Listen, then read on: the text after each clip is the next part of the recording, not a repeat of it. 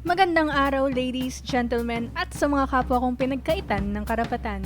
Ako si AJ at ito ang Rainbow Sessions, kung saan ating pag-uusapan ang dapat pag-usapan ukol sa Filipino queer community.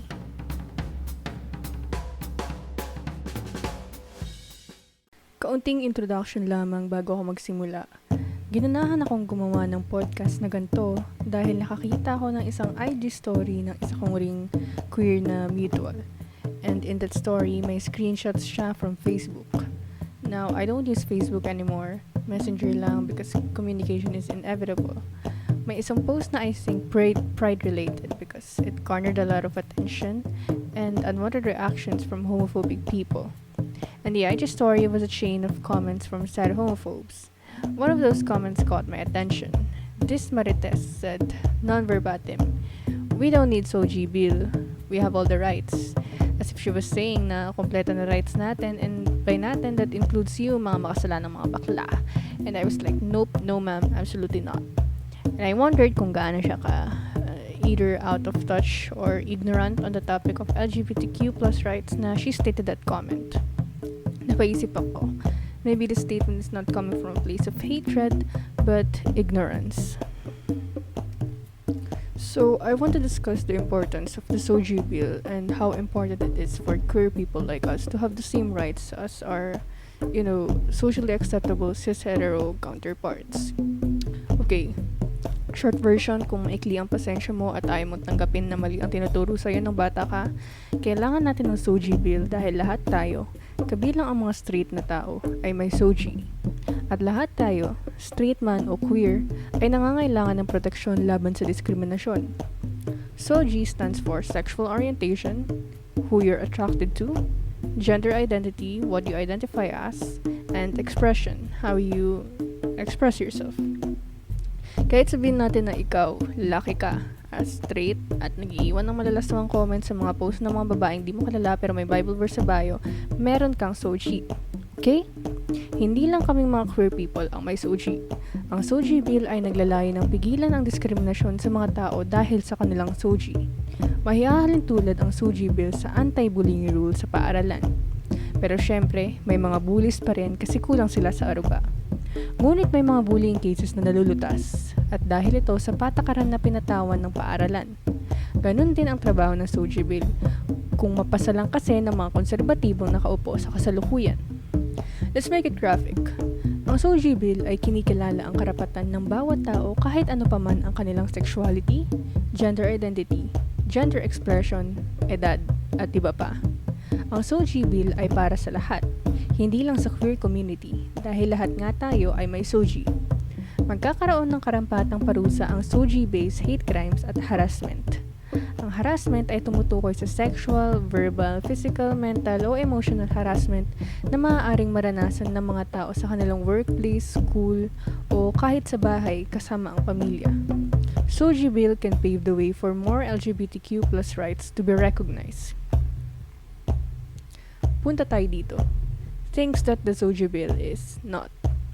Kapag naipasa ang SOGIE Bill, hindi ibig sabihin nun na aangat na kaming mga queer people. We wish, pero kahit malaki ang galit namin sa mga homo/transphobes, gusto lang naman namin talagang maging pantay sa mga cisgender heterosexual people. Hindi kabilang ang same-sex marriage, gender reassignment, o iba pang LGBTQ plus concerns sa bill. Layon lamang ng SOGIE Bill na protektahan ang kahit sino man mula sa gender-based discrimination.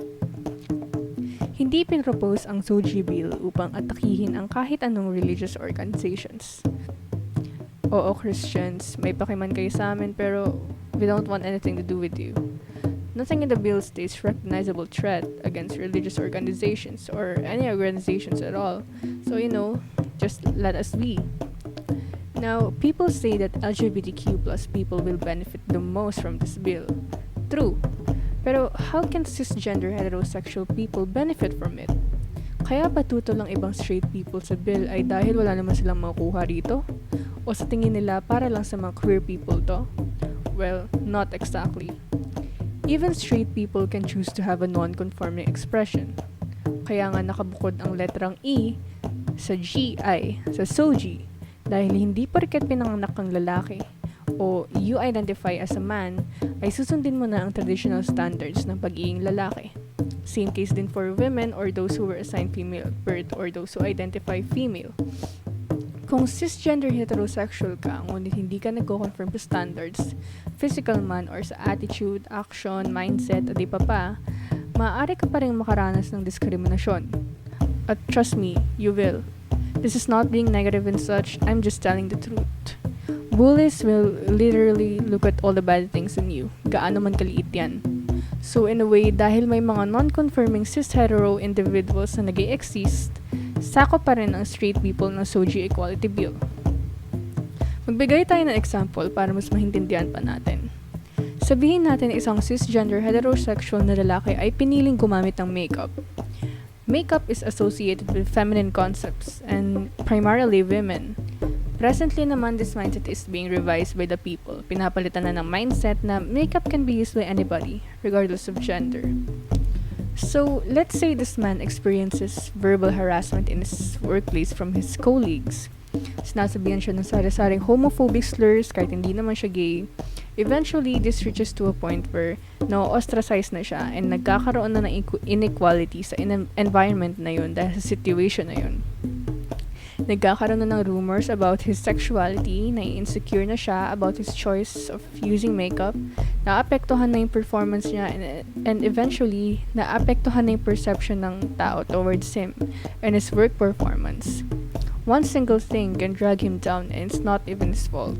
The close-mindedness of his peers is to blame.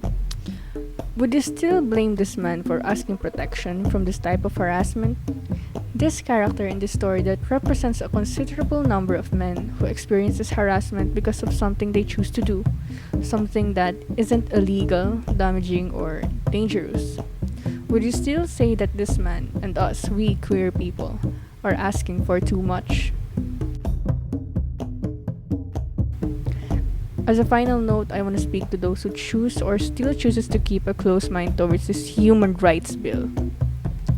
Sa mga taong tumututol sa aking komunidad, gusto kong sabihin na gusto ko kayong maintindihan. Gusto kong maintindihan yung pananaw nyo. Kasi alam ko kung saan kayo nanggaling. Trust me, I was raised Roman Catholic, been there, done that. Fortunately, I was able to move on from that kind of mindset with the help of education and communication with my community. And I want to do the same to those who choose to keep a close mind. I want to understand you. Pero I want you to understand us too. I want you to understand our struggles. I want you to understand the oppression that we experience in our lives, primarily from the same people who preach acceptance and kindness. I want you to empathize. I want you to follow what your God really wants you to do, and that is to love one another and to focus your hatred and protest on the real villains of our world.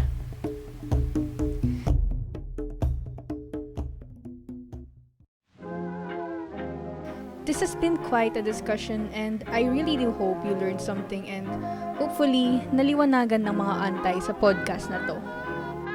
Treat every day as pride, a constant fight and protest against our oppressors. Celebrate life. You only got one. Don't let rules and tradition hold you back.